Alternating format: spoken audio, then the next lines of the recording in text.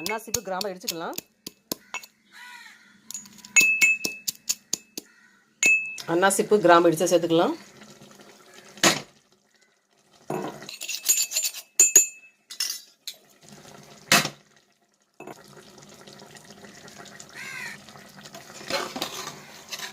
கடையில் வாங்குற பிரியாணி பவுடரோட நம்ம வீட்டில் இப்படி செஞ்சு அதை போடும்போது அது ஒரு நல்ல தனி வாசமாக இருக்கும். சுத்தமான பொருள் நம்ம சாப்பிட்ட மாதிரி இருக்கும். பிரியாணி செய்யும்போது வீட்டிலே இந்த மாதிரி இடித்து போட்டுக்கணும்.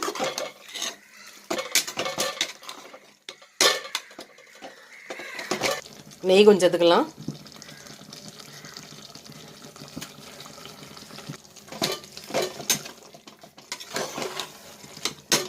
நெய் 100 ml 150 ml சேர்த்துக்கலாம். 100 ml தான் கிடையாது, 150 ml கூட சேர்த்துக்கலாம். டேஸ்ட் நல்லாயிருக்கும். தண்ணி சேர்த்துக்கலாம்.